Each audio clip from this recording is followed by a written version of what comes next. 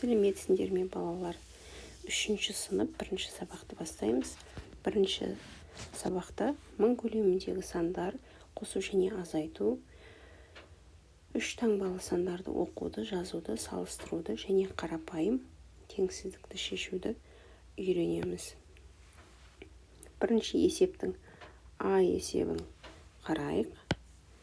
200 саны берілген. Осының ішінде қанша жүздік бар? 200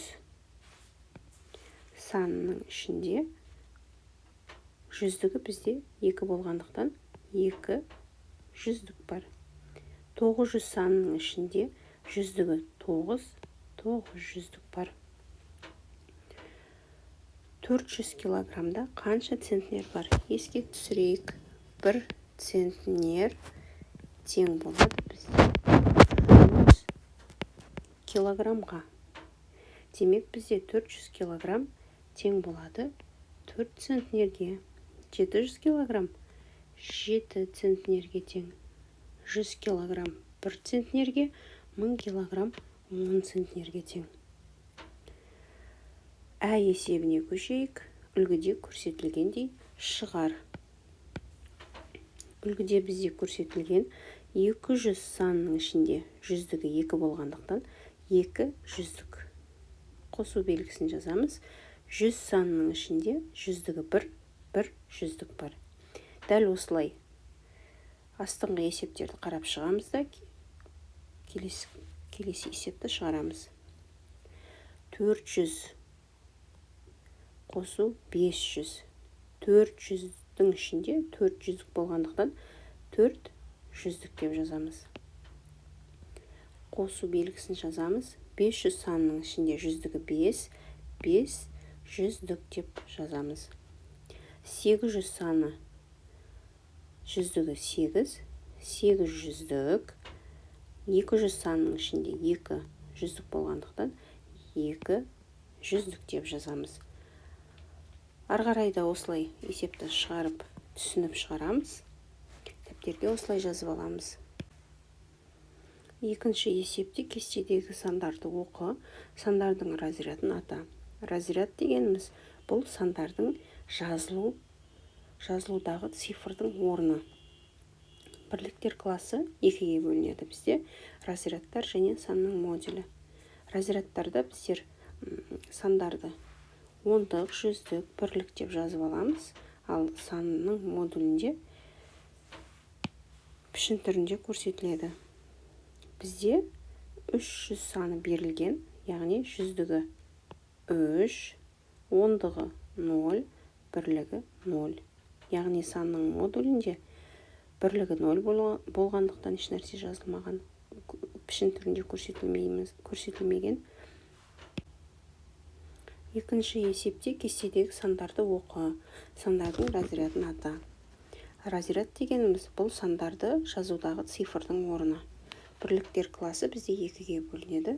Разрядтар және санның модулі. Разрядтар бірліктер, ондықтар, жүздіктер деп жазылады. Ал санның модулі пішін түрінде көрсетіледі. Бізде бірліктер 0, ондықтар 0, жүздігі 3. Жүздігі 3 бұрыш пішін түрінде көрсетілген. Ондығы 0, бірлігі 0. Еш нәрсе көрсетілмеген.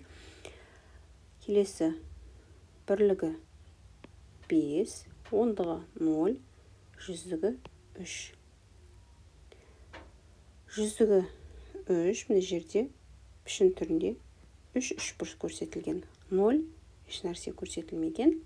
Бірліктер 5 болғандықтан 5 домалақ пішінде 5 көрсетілген. Келесі бірлігі 5, ондығы 4, жүздігі 345 саны. Пішін түрінде 3 бұрыш, ондығы 4, бізде 4 бұрыш бар. Бірлігі 5 домалақ пішінде көрсетілген. Үшінші есеп, түрлі түсті қима қағаз дайындап ал. Оларға сандардың разрядын жаз. 3 таңбалы сандарды салыстыру ережесін айт. 2 және 3 таңбалы сандарды қалай салыстыруға болатынын айт. Өзіңнің мысалыңды ойластыр. Бізде ережені айта кетсек, 3 таңбалы сандарды салыстыру ең үлкен разрядтан басталады. Яғни ең үлкені ондық немесе жүздік деген сияқты, содан бастап салыстырып бастаймыз.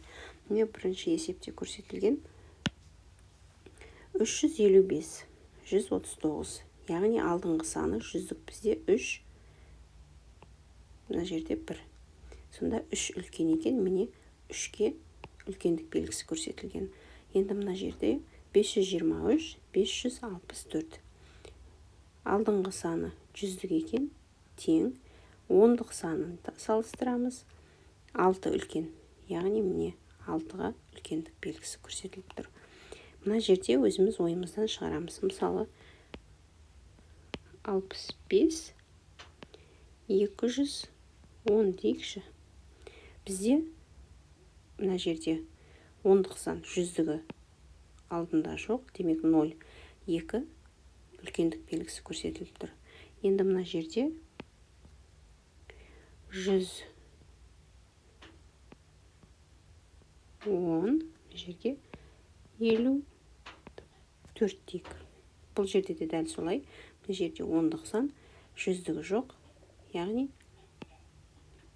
1 жүздігі үлкен, үлкендік белгісі 110-ға қарай көрсетіліп тұр. Дәл осылай 3 таңбалы сандарды салыстырамыз, дәптерге жазып аламыз. Төртінші есепте салыстыр дейді. Салыстырамыз. 3 таңбалы сан болғандықтан жүздігінен бастап салыстырып бастаймыз. Жүздігі бізде міне 7 мен 4, яғни 7 үлкен. Келесі жүздік 5, 4, яғни 5 үлкен. 3 пен 3 тең, ондығын салыстырамыз. 3 пен 1, яғни 3 үлкен. 401, 410. Жүздігі тең, ондығы 0 мен 1, яғни 1 үлкен. Мына жерде де дәл осылай. Ондығын салыстырамыз. Жүздігін салыстырамыз, бірлігін салыстырамыз. Бірінші жүздігін салыстырған кезде міне 10 үлкен. Одан кейін 297, 270. Жүздіктері бірдей, ондықтарын салыстырамыз. 9 пен 7, яғни 9 үлкен. Одан кейін мына жерде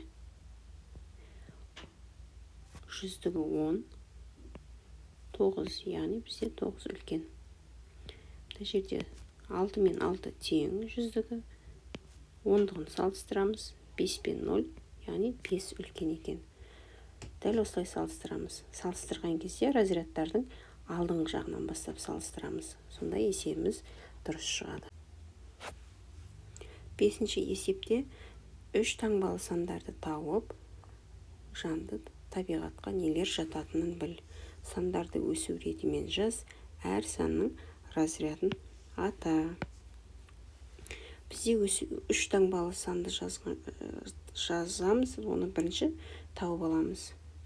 3 таңбалы сан бізде көбелекте тұр, саңырауқұлақта, гүлде, елікте және балықта тұр.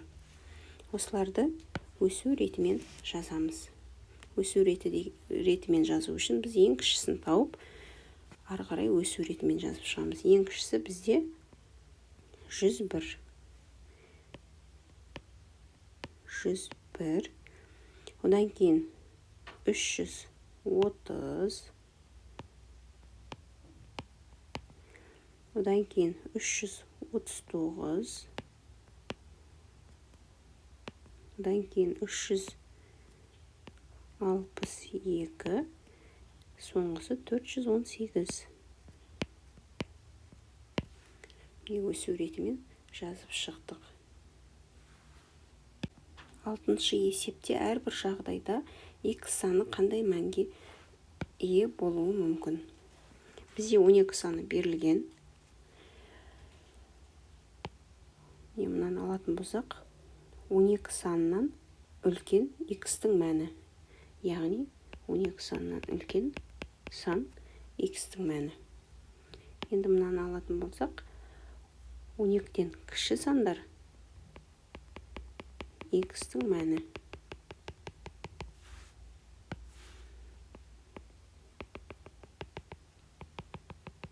Бұл кіші сандар x-тің мәні. Мына жерде жаздық. X-тің мәні 12-ден үлкен 13 пен 14. Мына жерде x-тің мәні 12-ден кіші 0-ден 11-ге дейінгі сандар. Жетінші есепте А есебінде сандар жиынынан 345-тен артық және 345-тен кем болатын санды ата. Бізде 345 саны көрсетілген. Мынаны алатын болсақ, 345 үлкен, x-тің мәні кіші. Яғни 345 үлкен, x 345-тен кіші. Яғни 345-тің алдындағы барлық сандар x-тің мәні. Келесі 345 кіші x-тің мәнінен. X-тің мәні бізде үлкен сан. 345-тен үлкен санның барлығы x-тің мәні.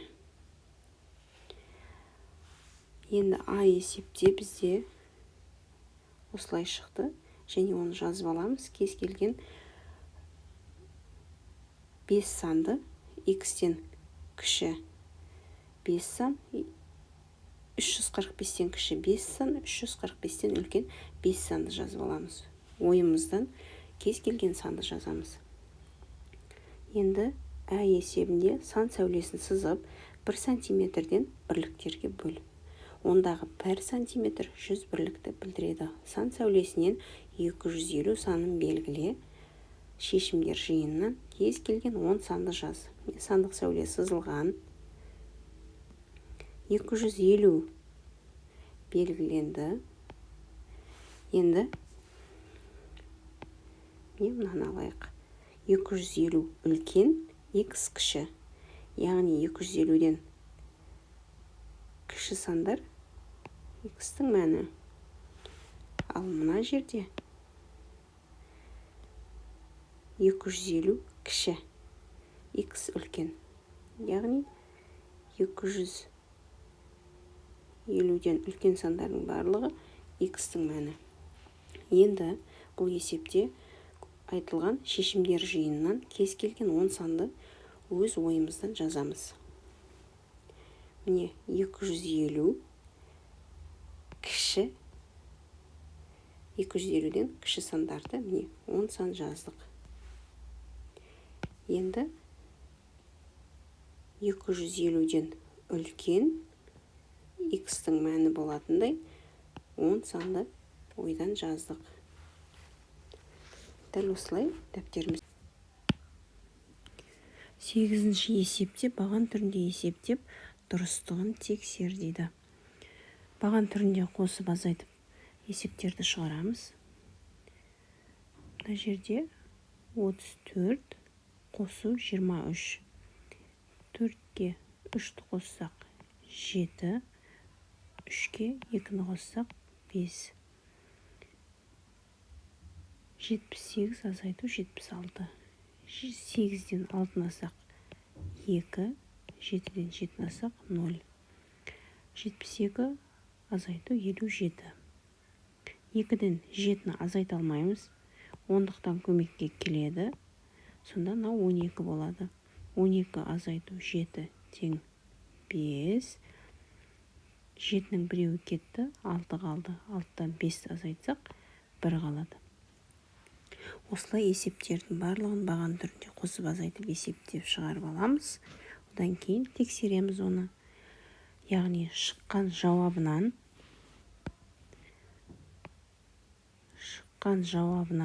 мына жерде көрсетілген 57 азайту 23. Тексереміз. 7-ден 3-ті алсақ 4. 5-тен 2-ні алсақ 3, яғни 34. Бізде жауабымыз дұрыс. Осылай барлығын тексеріп аламыз. Дұрыстығын тексеріп, дәл осылай есепті шығарып, дәптерге жазып аламыз. 9-шы есепті шығарамыз. Биылғы жылы күн райының қолайсыздығына байланысты алма ағаштың әр қайсысынан 4 килограммнан 5 ящик алма жиналды. Ал былтыр осындай 9 ящик алма жиналған еді. Биыл неше килограмм кем алма жиналды? Берілген жазамыз. 4 килограммнан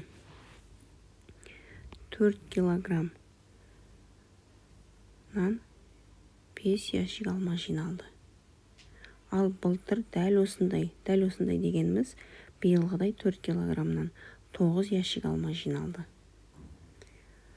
Биыл неше килограмм алма кем жиналды былтырға қарағанда? Шешуі. Есепті шығарамыз. 4 көбейту 5 тең 20 килограмм. Биылғы жиналған алма. Ал былтыр 9 ящик. 4 килограмм көбейту 9 килограмм тең 36 килограмм былтыр алма жиналған. Яғни былтыр 36 килограмм жиналған, биыл 20 килограмм жиналған. 36 азайту 20 тең 16 килограмм алма кем жиналды биылғы жылы. Осылай есепті шығарып аламыз. 10-шы есеп. А есебі. Егер сандарды жазуда цифрлар қайталанатын болса, 4, 6, 9 цифрларынан қанша 2 таңбалы сан құруға болады? Осы сандарды жаз. Қайталанатын болса, 4, 6, 9 сандар берілген. Олар қайталанса да 2 таңбалы сан шығаруымыз керек. Қайталанатын сан бізде 44, 66 және 99. Жалпы 2 таңбалы сандар бізде 9, 2 таңбалы сан шықты. Әй есебіне қарайтын болсақ, егер сандарды жазуда цифрлар қайталанбайтын болса, 4, 6, 9 цифрларынан қанша 2 таңбалы сан шығады? Бізде 6, 2 таңбалы сан шықты. Б есебіне қараймыз. Егер сандарды жазуда цифрлар қайталанбайтын болса, 4, 6, 9 цифрларынан қанша 3 таңбалы сан құруға болады? Осы сандарды жаз. Бізге 3 таңбалы сан жазуымыз керек, және олар қайталанбауы керек. Яғни бізде 6, 3 таңбалы сан шықты. Осымен сабағымыз аяқталды. Сау болыңыздар.